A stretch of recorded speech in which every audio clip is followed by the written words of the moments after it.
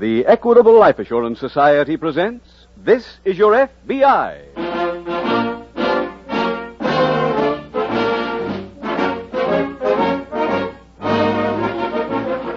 This is Your F.B.I., the official broadcast from the files of the Federal Bureau of Investigation. Presented transcribed as a public service by the Equitable Life Assurance Society of the United States and the Equitable Society's representative in your community.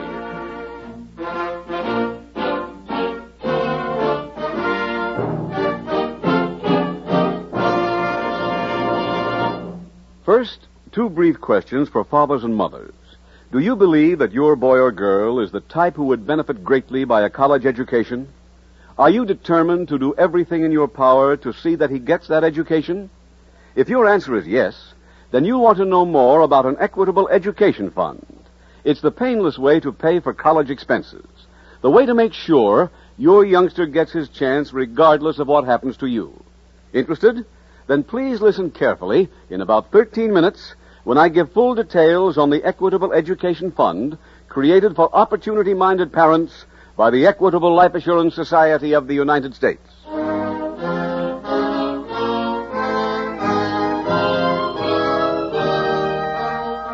Tonight, the subject of our FBI file, Armed Robbery. Its title, Ghost Town.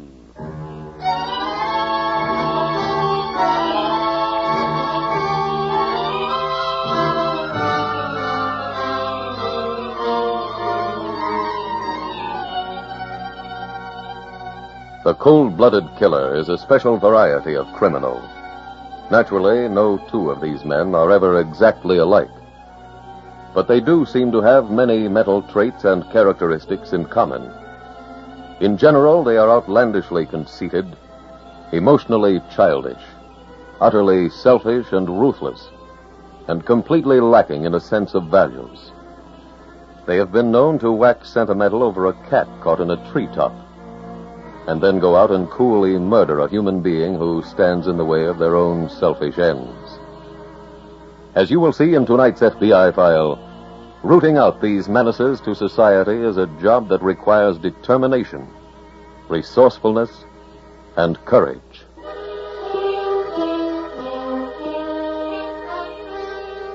Tonight's FBI file opens on a desert in one of our western states.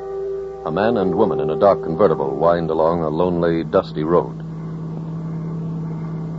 Hot. Uh-huh. And dirty. Nice parlay. Let's stop for a drink. Okay, ad lib a saloon. Oh, there must be someplace open. You said the ghost town was a tourist trap. It was, but the new highway bypassed this road, and even the ghosts took it on the lam. Phew. That's it up ahead. Ready? Uh-huh. Oh, brother, this is really no place. How'd you know it was here? Sherman told me. Sherman? You know, he ain't satisfied just being the director on a picture. He's also got to be the makeup man, handle wardrobe, rewrite the script, and on the side, be a location scout. Oh, Sherman's not a bad guy. Not if you collect vultures. I'm supposed to find locations, not him. Well, I wouldn't come this far just for a ghost town. There any closer to Hollywood? Ever been in Beverly Hills after 11 at night? You worked for Sherman before? No. Real comical character. He'd use the A-bomb for a hot put. I don't mind practical jokers. Well, I don't either if they're human. You remember a picture last year called Alligator Man? Mm-hmm. Well, I went to Florida 3 weeks ahead of the company to find an alligator farm. Sherman called a friend of his down there and had my picture posted on every telegraph pole. Under the picture, it said, wanted. I got picked up 4 times than Gable's option. Well, this is it. Yeah. When does Sherman start shooting here? As soon as he's through in Santa Fe. Yeah, really came up with a ghost town. Oh, you're not kidding. Wait a minute, I better take a shot of the street. What's that camera? Polaroid. The kind that develops the pictures right away? Yeah. Say, get the post office in if you can. Got it. All right. Let's look around. Get a shot of that Wells Fargo office and the hitching post in front. Right. Hold it, Tommy. What for? Did you hear anything? Sure. The boards in the sidewalk. They squeak like $3 shoes. No, it's something else. It sounded like maybe a voice. Oh, Grace, nobody's been here since 1946. Come on. Come on, let's do our work and get back to some whiskey.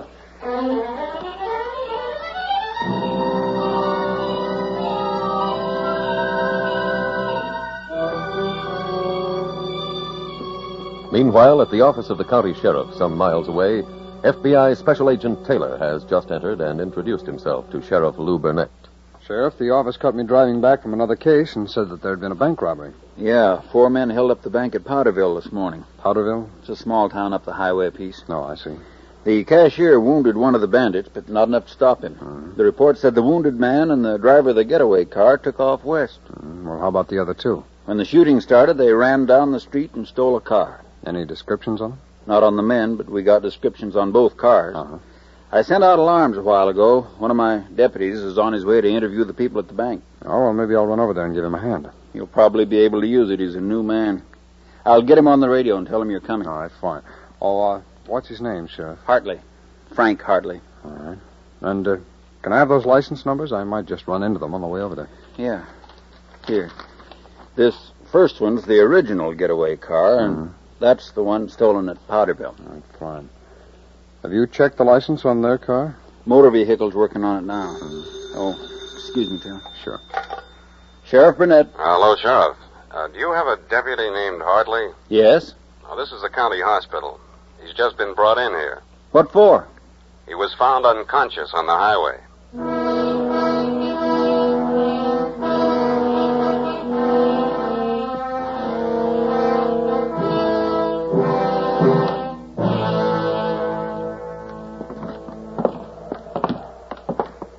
Well, I guess we're almost finished, huh? Let's cross over and get that blacksmith shop. Okay. Hey, look down there. Where? In that alley, there's a car. Look at the windshield. Those look like bullet holes. Yeah, I guess they are. Well, what do you suppose Oh, happened? honey, who are you, Mrs. Cornball? That's a prop. It wouldn't be a legit ghost town without a bullet-riddled car. Now, look, as long as we're here, shoot another picture of the saloon from this angle. Can you get in that hotel fire escape? I'll try. All right. I'll take a look at the blacksmith. Okay. Tommy, What? Tommy, I got a man in that picture. Huh? Well, he was on the fire escape. There he is, look. Hey, He's running towards our car. I left the keys in it. Come on. Hey! Tommy. Hey! Hey, you! Hey! Lay off! Hey! Hey! Oh. He's gone. Why that dirty little no You good know? not the guy in the car. But who do you think put him up to it? I don't know. Our practical joker, Mr. Sherman. But why would he Because it's very funny. We got no telephone, no water, no food, and it's 20 miles to the nearest town.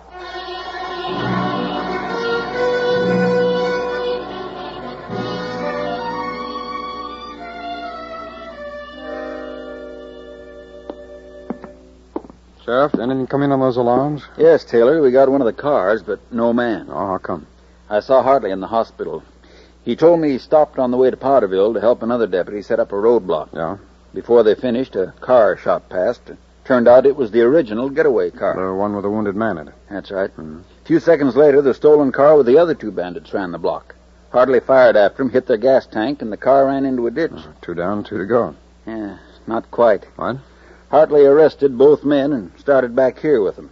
After a couple of miles, they overpowered him, got the keys to the handcuffs, then they dumped him and stole his car. Oh, so we're still minus 2 cars and 4 bandits. Yeah, but at least we've got descriptions on 2 of them. And Hartley's getting out of the hospital in a little while. When he does, he'll come in and go over our file of pictures. Oh, that's good. Just a minute. Sure. Sheriff Burnett. This is Parker in the wire room. Deputy Hartley's car has just been reported found. Where? The parking lot at the county rodeo grounds. Thanks, Parker. I'll get right out there.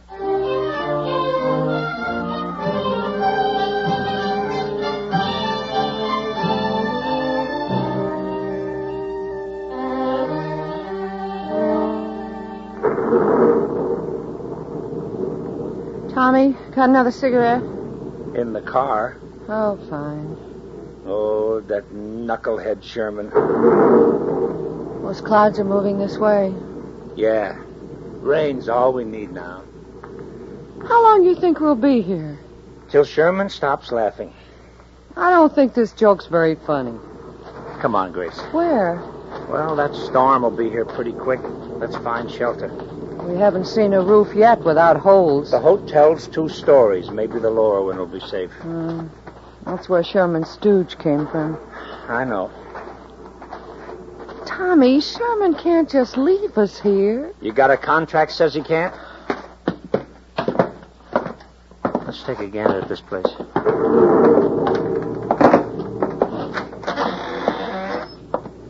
Go ahead. Thanks.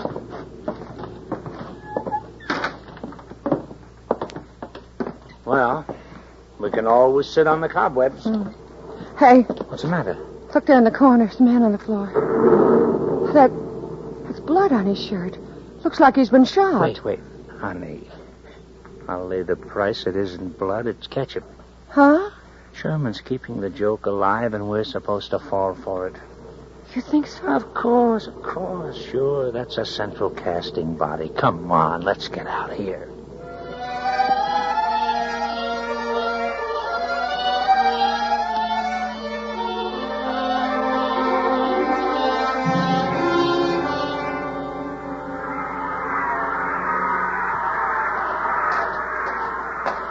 Taylor, the rodeo's got an hour to go yet. Well, how much of a crowd's in the stadium? 10,000. I don't suppose there's any way of getting them out. Nope. Most of them would wait for the calf rope, even if the storm does hit.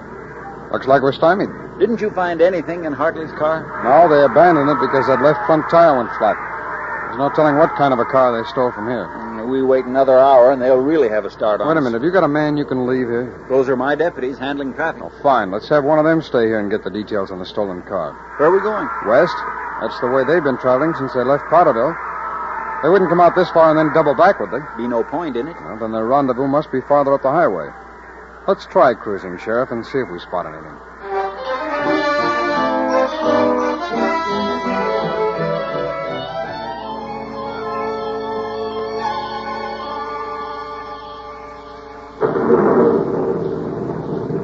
Tommy, I'm cold.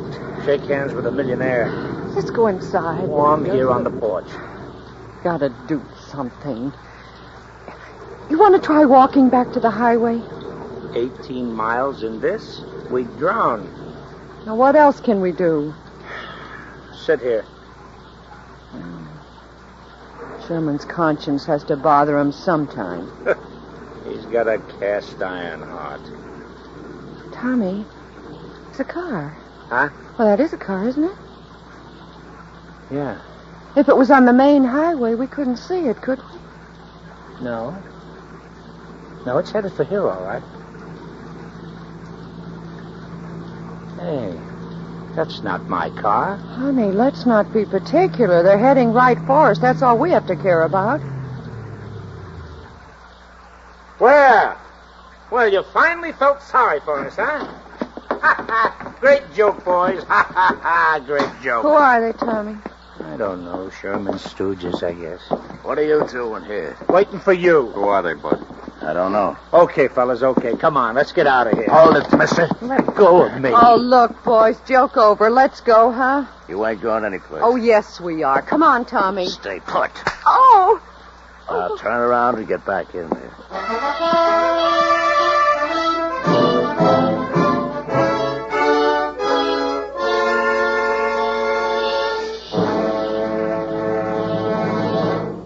We will return in just a moment to tonight's exciting case from the official files of your F.B.I. Now let's pay a quick visit to the living room of Andrew McDonald. Fred Barton, Equitable Society representative, has dropped in to discuss life insurance problems. Fred, what's this Equitable Society college education insurance I've heard about? I'd sure like my kid to go to a good college. Well, you must mean the Equitable Education Fund, Mr. McDonald. It's very simple. You take out an endowment life insurance policy that will be all paid up about the time your boy's ready to enter college, say in the class of 1970. The money's all there, ready and waiting for him. It's the painless way to pay for a college education. Well, just what do you mean, painless? Well, it's pretty much the same principle as buying an automobile or TV set on an easy payment plan. You spread the cost of your boy's college education over 15, 16, or 17 years, instead of taking a beating during the 4 years he's actually in college. I get it. It's buying a college education in 15 installments. That's it. And if you should die before the plan's completed, it immediately becomes paid up in full. The Equitable Society holds the money, pays interest on the full amount, and turns it over to your son when he's ready for college. Regardless of what happens to you, he's sure to get the education you want him to have. Well, that sounds right up my alley. Tell me, is it too early to start when your kid's 2 years old? No. The earlier you start, the lower your yearly cost will be. In any case, the amount you decide to pay is strictly up to you. Maybe you'll decide to start an Equitable Education Fund for about half what you expect to pay for your son's college expenses. For instance, suppose you decide on $2,500. At your age, that would cost you... If you have children of your own, why not get the cost of an Equitable Education Fund from your Equitable representative? These Equitable men don't go in for high-pressure methods. They give you the information you need and let you make up your own mind. Get in touch with your Equitable representative soon. Or write care of this station to the Equitable Society. That's EQUITABLE. The Equitable Life Assurance Society of the United States.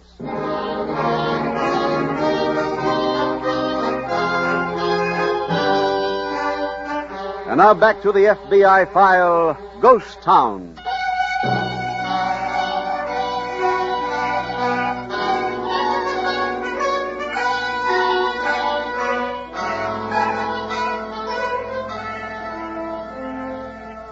Detective story fans who are good citizens and criminals often have one interest in common: the perfect crime.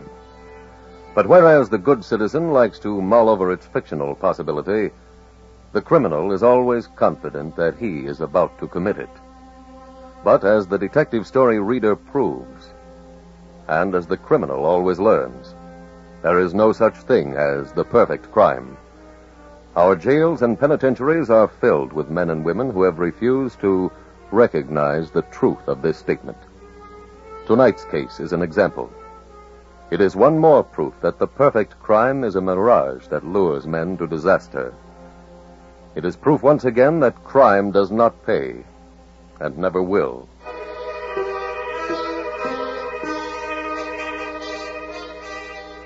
Tonight's FBI file continues a few minutes later as Sheriff Burnett and Special Agent Taylor ride along the highway. Looks like we're out of the storm. Yep.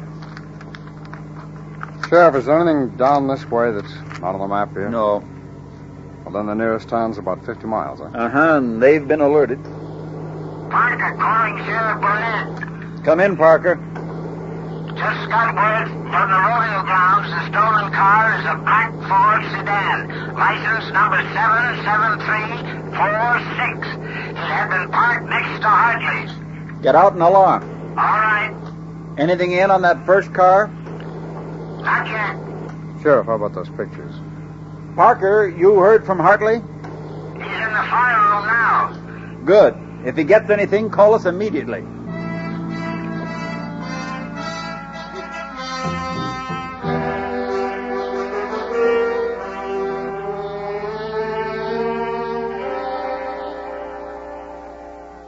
Mister, Yeah? is there any food in your car? No. Grace, don't knock yourself out. He wouldn't help us if he could.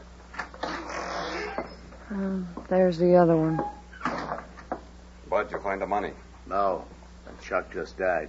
Oh, too bad. Told me a couple of things before he went. Pete's got the loot. Load. He tell you why Pete ran They're off? stick-up Yeah. men. they saw us Tommy, go what do in we the ditch. do? Sit and Figured wait. we'd be in jail. Wait Chuck for died, what? that made him the last man. I don't know. Well, he could have waited a minute. Maybe the Marines. I know where he'll be. The old adobe up back of the mine. Oh, let's go visit him. Hey, wait a minute. Now, what's bothering you? Well, you just can't leave us here. We'll never get out alive. At least take us back to the highway. We got things to do. We ain't running no taxi. Bud, where you going? The lady's giving me a notion. Get up, Who, me? both of you. Tommy, he's got a gun.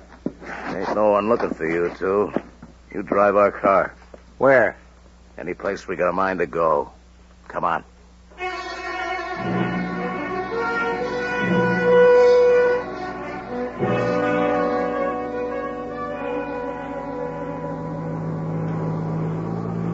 Parker, calling Sheriff Burnett. Come in, Parker. Hartley just identified those two men he saw. Who are they? The Fulton brothers, Bud and Lloyd. They got any record? Yeah. They were arrested first in 1945 at the ghost town. They had jobs there as guides. Sheriff, where is that ghost town? Down that cutoff we passed a while back. Well, that'd be a perfect hideout. We can turn around and head back. I think we ought to. Parker, we're going to Ghost Town. All right, Sheriff. While you're there, you can check something else that just came in. What's that? A movie company over in Santa Fe reported two of its people missing, and that's where they were headed. All right, we'll call in as soon as we get there.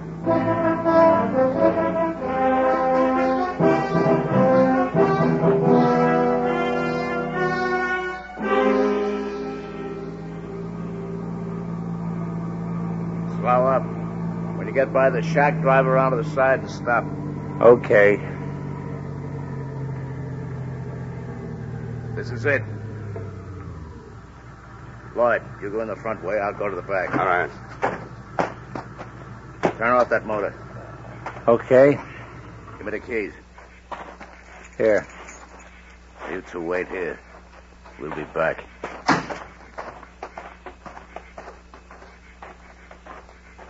Tommy, this is our chance. For what? To get away. To where? I've got no idea where we are. What do we do? I don't know. How about a fire? Huh? We can set fire to the brush. That'll bring help. Not quick enough. Tommy. Maybe our two friends got it. Let's hope so. Someone's coming. Oh, it's them. Come on, you two. Get out.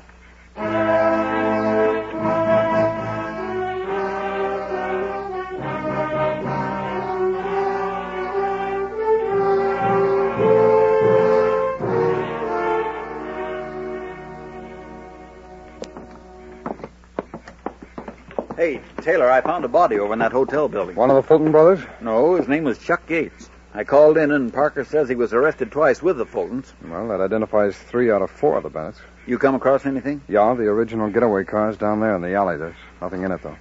What are those papers you've got? Oh, these are Polaroid negatives. I found them scattered all around. What are they for? Oh, they're from a camera that develops your picture a minute after you take it, Sheriff. Those movie folks must have had it, huh? Yeah. Sheriff, let's add up what we've got so far, huh? Now, we know the original getaway car got here with Chuck Yates and bandit number 4. Yeah. Yates must have been the one that was wounded coming out of the bank. That's right. All right, the movie people were here, and their car's gone. Right. Now, nobody's looking for that car, so if the Fulton brothers got here while bandit number 4 was around, they'd have all left in it with the movie couple driving. Yeah, but then the car stolen from the rodeo grounds would be here. Well, that's just my point. Both cars are gone, so bandit number 4 must have taken the movie couple's car.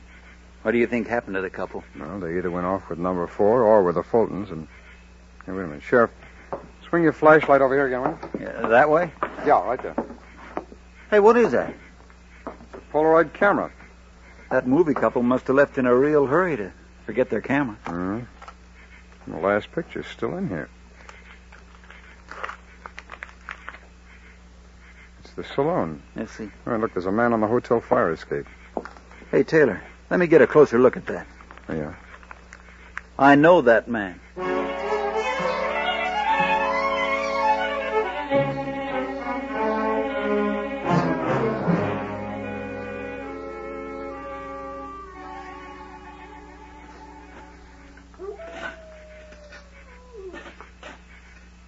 Find anything, Lloyd? Not yet.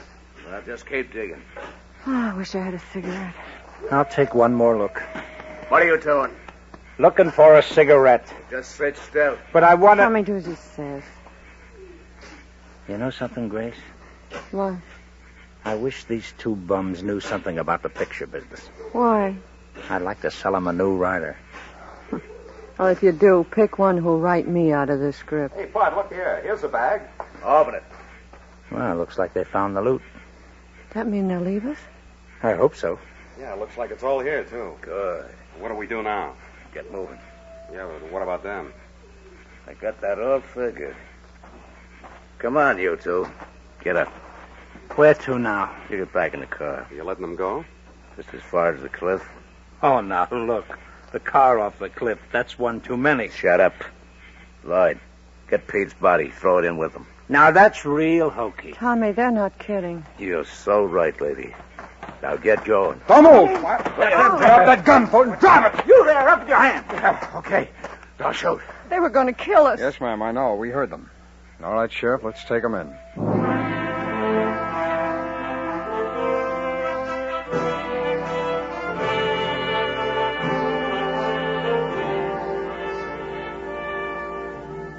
Lloyd and Bud Fulton were turned over to local authorities and prosecuted on a charge of murder. Each received a sentence of life imprisonment. After Sheriff Burnett's recognition of the man in the picture as Pete Lake, the fourth bandit, he and Special Agent Taylor sped to the adobe hut where Lake had been arrested during the previous year. And so your FBI, in cooperation with a local law enforcement agency, was able to close this file and to apprehend two vicious killers. Even more important, of course, it also saved the lives of two innocent people. No one has ever fully explained why certain men become criminals of the type in tonight's case. But they have always been an ugly part of the American scene, and so long as they remain, your FBI will continue to hunt them and to make them stand trial for their acts.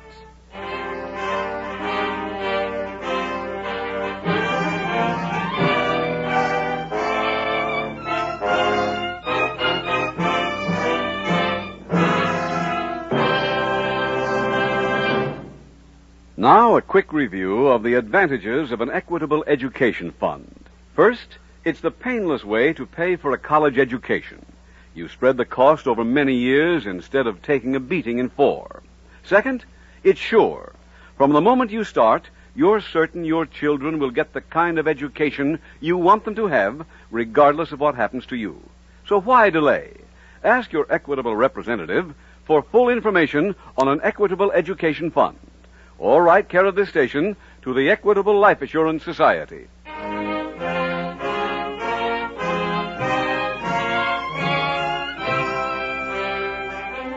Next week, we will dramatize another case from the files of the Federal Bureau of Investigation. Its subject, armed robbery. Its title, The Curious Fisherman.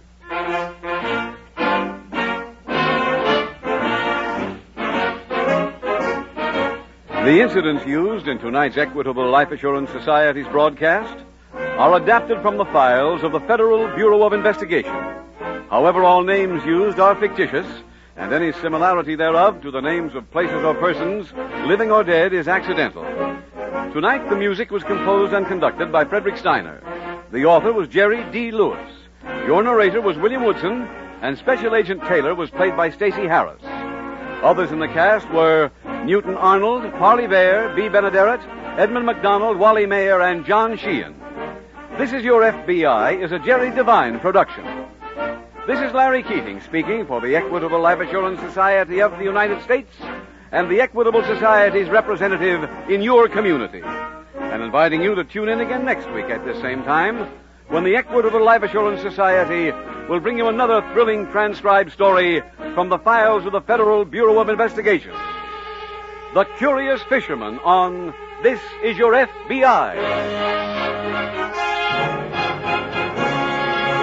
Stay tuned for A Life in Your Hands starring Lee Bowman, which follows immediately. This program came to you from Hollywood.